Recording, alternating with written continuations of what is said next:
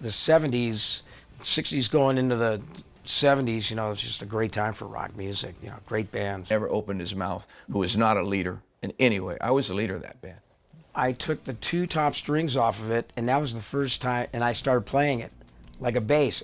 You're gonna let this guy run your band? Because I would say, F you, get out of here. But the amp, I blew the speakers up within the first couple of days I had it. And turned us against each other, and I got thrown out of the band. They got a new manager who came in through the back door. He came in and poisoned the other guys, and that was Michael Anthony, okay? 100% dedicated, never did anything to hurt those guys, and they tried to hurt him again and again and again. As soon as I left and everything bombed and everything he had planned went into the toilet, they fired him, and it's just been chaotic ever since. Michael Anthony just dropped the most shocking truth bomb about Eddie Van Halen that nobody saw coming. We're talking about backstage betrayals, stolen royalties, and a friendship that turned toxic. This isn't just another rock band drama. This is Michael Anthony's latest news that completely rewrites Van Halen's scandal-filled history. The bass player who held everything together while the spotlight ignored him finally speaks out about contracts signed under pressure, credits erased overnight, and discovering his replacement through internet rumors instead of a phone call. What really happened behind those explosive guitar solos?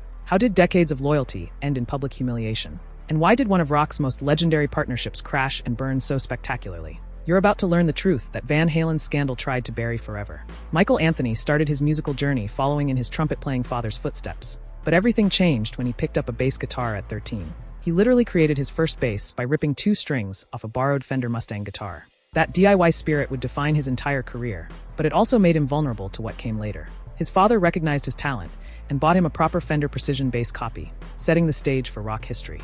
Anthony learned to play right-handed despite being naturally left-handed, showing the kind of adaptability that would serve him well in Van Halen's chaotic world. He drew inspiration from bass legends like Jack Bruce and John Paul Jones, developing the solid foundation style that would anchor Van Halen's wild sound. But this dedication to his craft would eventually become a weapon used against him. Michael Anthony's latest news reveals how his early commitment to perfection made him the perfect target for exploitation. Little did he know that his musical skills would later be publicly questioned by the very person who benefited most from them. The formation of Van Halen reads like a fairy tale, but it was really setting up the biggest betrayal in rock history. Michael Anthony was playing in a band called Snake when fate intervened at a Pasadena high school show.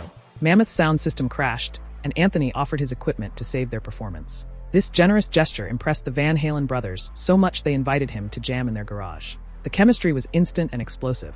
Anthony's tight bass playing and soaring backing vocals filled the exact hole Mammoth needed after their bassist Mark Stone left. They changed their name to Van Halen, and the classic lineup was born. David Lee Roth on vocals, Eddie on guitar, Alex on drums, and Michael on bass. Van Halen's scandal was already brewing beneath the surface, even during these early golden days. The band's sound depended heavily on Anthony's vocal harmonies and rhythmic foundation, but the power structure was already tilted toward the Van Halen brothers. Anthony thought he was joining as an equal partner, but he was actually walking into a carefully constructed trap that wouldn't spring for several years. Michael Anthony became Van Halen's secret weapon on their 1978 debut album. His backing vocals on classics like Runnin' with the Devil and Jamie's Crying created the signature Van Halen sound that fans still worship today. Those high-pitched harmonies weren't just background noise. They were essential musical elements that separated Van Halen from every other hard rock band.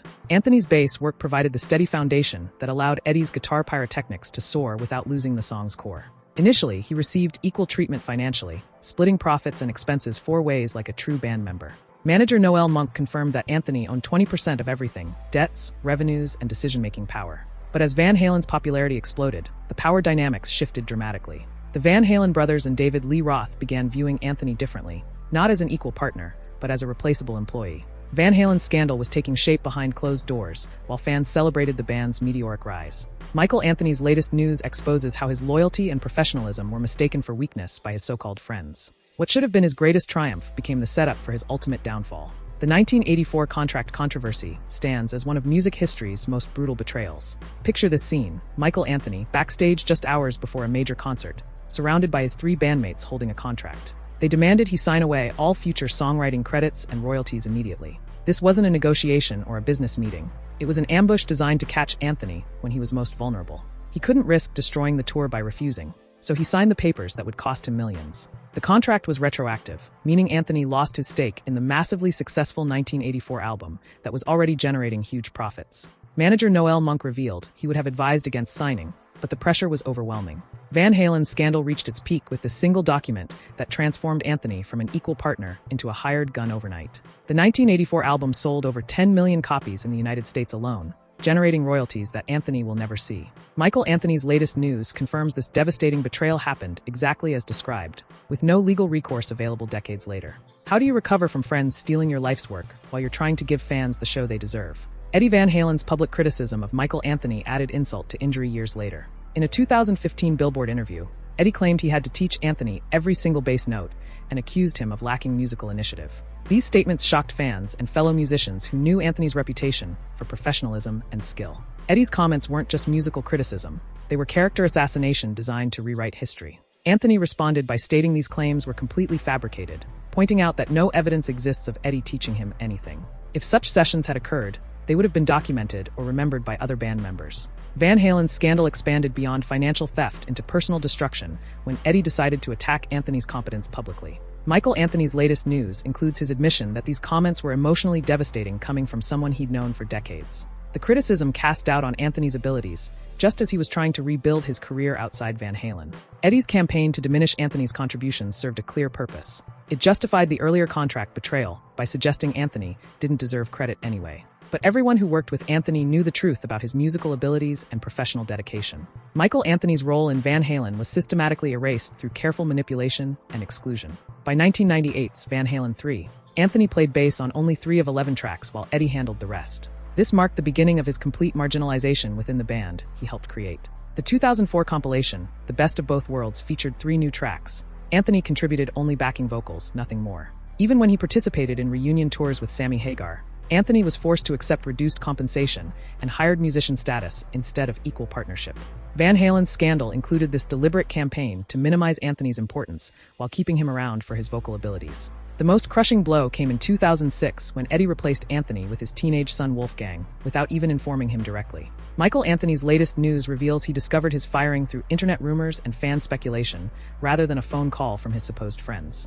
After decades of loyalty and musical contribution, he learned about his replacement the same way fans did online. This callous treatment exposed the complete breakdown of any remaining friendship or professional respect between Anthony and the Van Halen brothers. Following his Van Halen exit, Michael Anthony proved his musical worth through multiple successful collaborations with Sammy Hagar. Their chemistry during the Van Hagar era translated perfectly into new projects that showcased Anthony's continued relevance and talent. The other half touring act celebrated Van Halen hits from both eras, giving fans the authentic experience they craved. Planet Us featured Anthony alongside guitar virtuoso Joe Satriani, proving he could work with world-class musicians outside the Van Halen brand. But Chickenfoot became Anthony's biggest post-Van Halen success, featuring Hagar, Satriani, and Red Hot Chili Peppers drummer Chad Smith. Their 2009 debut album hit the Billboard 200 Top 10, silencing critics who questioned Anthony's abilities after Eddie's public attacks. Chickenfoot 3 in 2011 proved the band was more than a side project, establishing Anthony's creative vitality beyond Van Halen. Sammy Hagar and The Circle continued this success with Jason Bonham on drums,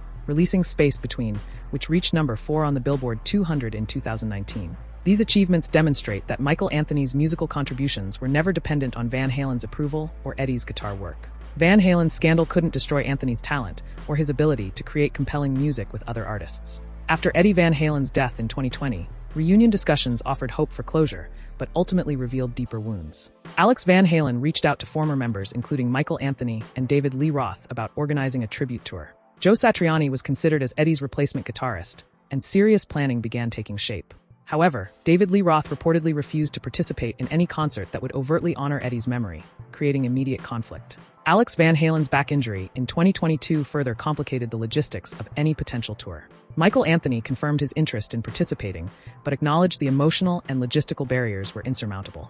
Van Halen's scandal extended beyond Eddie's lifetime, preventing even a proper tribute to his musical legacy. Michael Anthony's latest news includes his disappointment that these reunion talks collapsed, denying him the chance for final closure with the band he helped build. The failed tribute tour represented the last realistic opportunity for Anthony to share the stage with Van Halen's surviving members. Instead of healing old wounds, the discussions only highlighted how fractured the relationships remained years after the original betrayals. Wolfgang Van Halen has emerged as the guardian of his father's legacy, while his mother Valerie Bertinelli actively opposes any Hollywood biopic.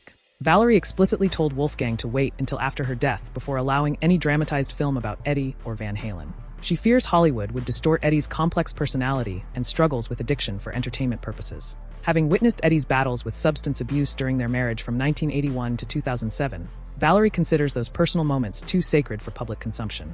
Wolfgang supports his mother's position while focusing on his own musical career with Mammoth WVH, where he writes and performs everything himself. He's criticized toxic fan culture and demands for classic lineup reunions, advocating for authentic respect rather than nostalgic exploitation. There are rumors about vast archives of unreleased Eddie Van Halen recordings, but Wolfgang maintains careful control over any potential posthumous releases. Van Halen's scandal continues affecting the band's future as Wolfgang balances honoring his father while establishing his own identity. Steve Lukather from Toto has explored Eddie's vault with Alex Van Halen, suggesting enough material exists for future projects. But Wolfgang stated clearly that Van Halen cannot exist without his father, leaving the band's future uncertain. Michael Anthony's latest news positions him as someone still hoping for reconciliation and closure, even as the Van Halen family moves forward without acknowledging his foundational contributions to their success.